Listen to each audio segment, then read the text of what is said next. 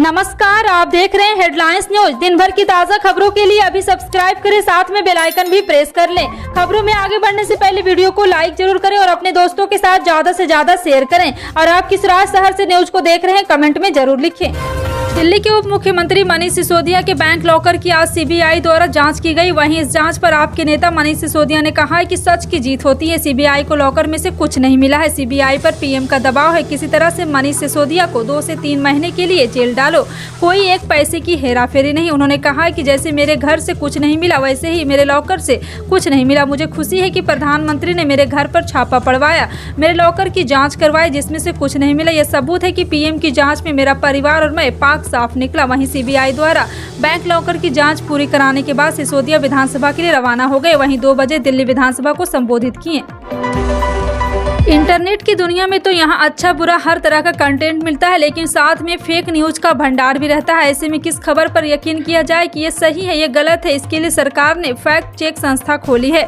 इसका नाम है PIB fact check. PIB fact check का काम सरकार के नाम फैलाए जा रहे झूठे वादों का पर्दाफाश करना है और लोगों तक सही जानकारी पहुँचाने। पीआईबी फैक्ट चेक का ट्वीट हैंडल देखेंगे तो आपको पता चलेगा कि इंटरनेट की दुनिया में किस किस तरह के झूठ और फर्जी दावे फैलाए जाते हैं। इस सिलसिले में एक और दावा किया जा रहा है कि प्रधानमंत्री कन्या आशीर्वाद योजना के तहत देश की बेटियों को हर महीने 5,000 रुपए की राशि दी जा रही है। जी हां, आपको बता दें कि यह फेक न्यूज है। दिल्ली के मुख्यमंत्री अरविंद केजरीवाल 5 सितंबर को तमिलनाडु का दौरा करेंगे और वहां स्कूल ऑफ एक्सीलेंस का शुभारंभ करेंगे। अधिकारियों ने बताया कि तमिलनाडु सरकार ने केजरीवाल को न्योता दिया है। एक अधिकारी ने कहा है कि दिल्ली के मुख्यमंत्री 5 सितंबर को तमिलनाडु का दौरा करेंगे। मुख्यमंत्री केजरीवाल तमिलनाडु सरकार के स्कूल ऑफ एक्सीलेंस और 15 मॉडल स्कूलों का शुभारंभ करेंगे। तमिलनाडु के मुख्यमंत्री एम.के. स्टालिन ने इस साल अप्रैल में दिल्ली सरकार के एक स्कूल का दौरा किया, जहाँ अधिकारियों ने उन्हें आप सरकार के तहत दिल्ली में शिक्षा प्रणाली किए गए बदलाव के बारे में जानकारी दी थी। रिलायंस इंडस्ट्रीज के चेयरमैन मुकेश अंबानी ने 29 अगस्त 2022 को अपनी केसीएम को संबोधित करते हुए कहा कि रिलायंस जियो 5G सर्विसेज उपलब्ध कराने के लिए भारी भरकम 2 लाख करोड़ रुपए का निवेश करने जा रही। वहीं शेयर बाजार से जुड़ी विदेशी रिसर्च फर्म जेफरीन ने अपनी रिपोर्ट में कहा है कि 2 लाख करोड़ रुपए के निवेश को मोनेटाइज करने के लिए रिलायंस जियो टैरिफ बढ़ाना होगा। जेफरीन ने अपनी रिपोर्ट में कहा है कि 2021 से 22 में रिलायंस जियो का एवरेज रेवेन्यू प्रति यूजर 150 रुपये था, जो अब बढ़कर 176 रुपये हो गया है। जम्मू कश्मीर के पूर्व मुख्यमंत्री तारचंद ने मंगलवार को केंद्र शासित प्रदेश के आगामी विधानसभा चुनाव में भारतीय जनता पार्टी के साथ गठबंधन करने की संभावनाओं से इनकार करते हुए कहा कि गुलाम नबी आजाद के नेतृत्व वाली पार्टी यहां की सभी धर्मनिरपेक्ष पार्टियों को एक मंच पर लाने, राज्य का दर्जा एवं अनुच्छेद 370 के तहत मिले अधिकारों को बहाल करने की कोशिश करेगी। उल्लेखनीय है कि तारचंद 3 पूर्व मंत्रियों के 2 विधायक सहित उन 64 नेताओं में शामिल है जिन्होंने जम्मू कश्मीर के पूर्व मुख्यमंत्री आजाद के समर्थन में कांग्रेस से इस्तीफा दे दिया है। सत्ता पक्ष और विपक्ष के बीच चली घंटों बहस के बाद केरल विधानसभा ने मंगलवार को विवादास्पद लोकायुक्त विधेयक को पारित कर दिया। इस विधेयक में लोकायुक्त द्वारा रिपोर्ट पर कार्यपालिका को अपीलीय प्राधिकारी बनाने की बात है। विधेयक पर मतदान से पहले हालांकि कांग्रेस संयुक्त लोकतांत्रिक मोर्चा ने कार्यवाही का बहिष्कार किया है। बहिष्कार की घोषणा करते हुए विधानसभा में नेता विपक्ष वी.डी. सतीशन ने कहा है कि यह राज्य विधानसभा के इतिहास में काला दिवस है और यूडीएफ विधानसभा में बहुमत का इस्तेमाल की जा रही भ्रष्टाचार विरोधी एजेंसी की हत्या का गवाह नहीं बनना चाहता। प्रवर्तन निदेशालय ने तृणमूल कांग्रेस के राष्ट्रीय महासचिव अभिषेक बनर्जी को कोयला चोरी घोटाले की जांच के सिलसिले में पूछताछ के लिए मंगलवार को समन जारी किया। एक अधिकारी ने जानकारी दी। उन्होंने बताया कि केंद्रीय एजेंसी ने पश्चिम बंगाल के मुख्यमंत्री ममता बनर्जी के भतीजे अभिषेक बनर्जी को शुक्रवार की सुबह उसके कोलकाता स्थित कार्यालय में पेश होने के लिए कहा है। अधिकारी ने बताया कि ईडी ने अभिषेक बनर्जी की साली मोनिका गंभीर को भी इसी मामले में 5 सितंबर को पूछताछ के लिए नोटिस भेजा है।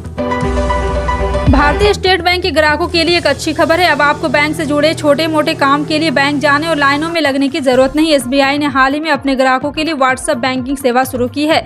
जी हां, आपको बता दें कि एसबीआई की व्हाट्सएप बैंकिंग सेवाओं का उपयोग आप वेबसाइट के जरिए भी कर सकते हैं। एसबीआई ने यह खुलासा किया है कि अब खाता धारक योनो ऐप में लॉग इन किए बिना भी मिनी स्टेटमेंट के लिए एटीएम में जाए बिना व्हाट्सएप पर ही ये जानकारी प्राप्त कर सकते हैं।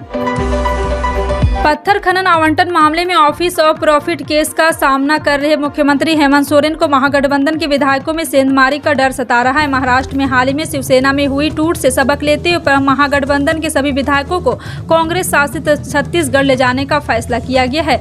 सूत्रों के मुताबिक शाम 4:30 बजे मुख्यमंत्री हेमंत सोरेन समेत सत्ताधारी खेमे के सभी विधायक विशेष विमान से रायपुर निकल गए। सरकार ने इंडिगो का प्लेन बुक कराया है और सीएम हाउस में विधायकों की बैठक बुलाई गई। विधायकों को लगेज लेकर आने का निर्देश दिया गया। विधायकों को छत्तीसगढ़ ले जाने का फैसला ऐसे समय पर लिया गया जब एक तरफ मुख्यमंत्री हेमंत सोरेन की सदस्यता रद्द होने की आशंका तो दूसरी तरफ कानून व्यवस्था के मुद्दे पर सरकार बुरी तरह घिरी हुई है। कर्नाटक की राजधानी बेंगलुरु में कुछ दिनों से भारी बारिश हो रही है। बारिश के चलते मंगलवार को स्कूल कॉलेज में छुट्टी की घोषणा की गई। भारी बारिश के कारण बेंगलुरु के कई हिस्सों में जलभराव की स्थिति है। तेज आंधी के साथ ही बारिश के चलते सोमवार को भी कई पेड़ उखड़ गए।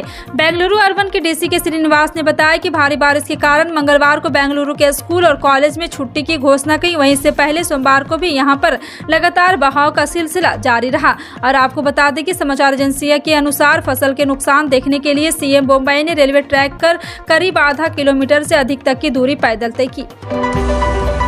भाजपा के राष्ट्रीय अध्यक्ष ओपी राजभर के सुर एक बार फिर बदले हुए हैं। योगी सरकार की तारीफ करते हुए राजभर ने कहा है कि सीएम योगी आदित्यनाथ मेहनती और ईमानदार है। हालांकि योगी सरकार के अफसर सरकार की योजनाओं को धरातल पर फेल कर दे रहे हैं। वहीं अपने दल के विधायक अब्बास अंसारी के ऊपर एक्शन को लेकर मीडिया के सवाल पर राजभर ने कोर्ट का हवाला देकर कुछ भी साफ कहने से किनारा काट लिया। हालांकि मुख्तार की दोस्ती का मिसाल देकर राजभर हमेशा उनके बेटे अब्बास के समर्थन में खड़े देखे जाते थे। भारत के प्रधान न्यायाधीश यू ललित ने मंगलवार को कर्नाटक वक्फ बोर्ड की उस याचिका पर सुनवाई के लिए उच्चतम न्यायालय में 3 सदस्यीय पीठ का गठन किया जिसमें उच्च न्यायालय के उस आदेश को चुनौती दी गई जिसमें गणेश चतुर्थी के लिए बेंगलुरु में ईदगाह मैदान के इस्तेमाल की अनुमति दी गई थी। 3 न्यायाधीशों की पीठ में जस्टिस इंदिरा बनर्जी, अभय एस ओका और MM सुंदरेश शामिल होंगे जो अब से कुछ समय बाद मामले की सुनवाई शुरू करेंगे। जस्टिस हेमंत गुप्ता और जस्टिस सुधांशु धूलिया की 2 न्यायाधीशों की पीठ ने मतभेद का हवाला देते हुए इस मुद्दों को CJI के पास भेज दिया। इंटरनेशनल मार्केट में कच्चे तेल की कीमत में तेजी आई है। ओपेक प्लस देशों के प्रोडक्शन में कमी की वजह से सोमवार को क्रूड ऑयल के दाम में करीब $4 प्रति बैरल का उछाल आया। कच्चा तेल महंगा होने के बाद भी देश भर में पेट्रोल डीजल की कीमत में कोई बढ़ोतरी नहीं हुई जो आम जनता के लिए बड़ी राहत है। भारतीय पेट्रोलियम विपणन कंपनी इंडियन ऑयल कॉर्पोरेशन के लेटेस्ट अपडेट के अनुसार राष्ट्रीय बाजार में पेट्रोल डीजल की कीमत में 30 अगस्त को भी कोई बदलाव नहीं देखा गया। भारतीय बाजार में भी पेट्रोल डीजल की कीमत स्थिर है। प्रधानमंत्री नरेंद्र मोदी के कुपोषण मुक्त भारत का सपना साकार हो रहा है। यह सपना गेहूं की बायोफेक्टाइट किस्में पूरा कर रही है। इस फसलों ने आयरन व जिंक की उपलब्धता काफी होता है। यह बात विशेषज्ञों ने राष्ट्रीय कार्यशाला में बताई है। सोमवार को राजमाता विजय राजे सिंधिया कृषि महाविद्यालय में भारतीय कृषि अनुसंधान परिषद, भारतीय गेहूं जौ अनुसंधान संस्थान के तहत देश के विज्ञानियों ने अलग अलग राज्यों के जलवायु के हिसाब से 146 किस्में तैयार की हैं। चीन एक बार फिर लद्दाख में अपनी हरकतों से बाज नहीं आ रहा है। अब पूर्वी लद्दाख में वास्तविक नियंत्रण रेखा के नजदीक डेमचोक में भारतीय चरवाहों को चीनी सैनिकों द्वारा रोके जाने की खबर है। चीनी सैनिकों ने डेमचोक इलाका चीन का होने की बात कहकर भारतीय चरवाहों को वहां से जाने और फिर कभी न आने के लिए कहा है। चीन के सैनिक ने यह हरकत 21 अगस्त को की है। भारतीय सेना ने इस मसले पर चीन से बात की है। पता चला है कि चीन के सैनिकों ने भारतीय चरवाहों को जिस जगह जाने से रोका है वहां पर क्षेत्र के ग्रामीण सदियों से आते थे और अपने जानवर चराते थे। वह इलाका पूरी तरह से भारत के नियंत्रण में था, लेकिन पूर्वी लद्दाख में MLC पर बने तनाव के बीच पहली बार इस तरह की घटना हुई है। नीतीश सरकार ने अपनी पहली कैबिनेट मीटिंग में शिक्षकों को खुशखबरी दी है। शिक्षकों के वेतन भुगतान के लिए कैबिनेट में 9400 करोड़ की राशि की स्वीकृति दी गई है। इसमें बकाया वेतन भुगतान के लिए राशि भी शामिल है। इससे राज्य के 2.64 लाख शिक्षकों को फायदा होगा। कैबिनेट मीटिंग में राज्य के EBC और OBC कन्या हाई स्कूल के लिए बड़ी संख्या में टीचिंग और गैर टीचिंग पोस्ट की स्वीकृति दी गई है। कन्या हाई स्कूल में 1365 पदों की स्वीकृति मिली है। इन सभी पदों पर जल्द भर्ती का निर्णय लिया गया है। नीतीश कुमार की नई गठबंधन सरकार के मंत्री कई बार दावा करते रहे कि जल्द ही शिक्षक भर्ती की जाएगी। हालांकि कैबिनेट मीटिंग में प्राथमिक और उच्च प्राथमिक विद्यालयों की शिक्षक भर्ती की कोई घोषणा नहीं की गई है। 18 से 59 वर्ष के आयु वर्ग में पात्र 77 करोड़ आबादी में से लगभग सिर्फ 12% ने अब तक कोविड-19 वैक्सीन की एहतियाती खुराक ली है।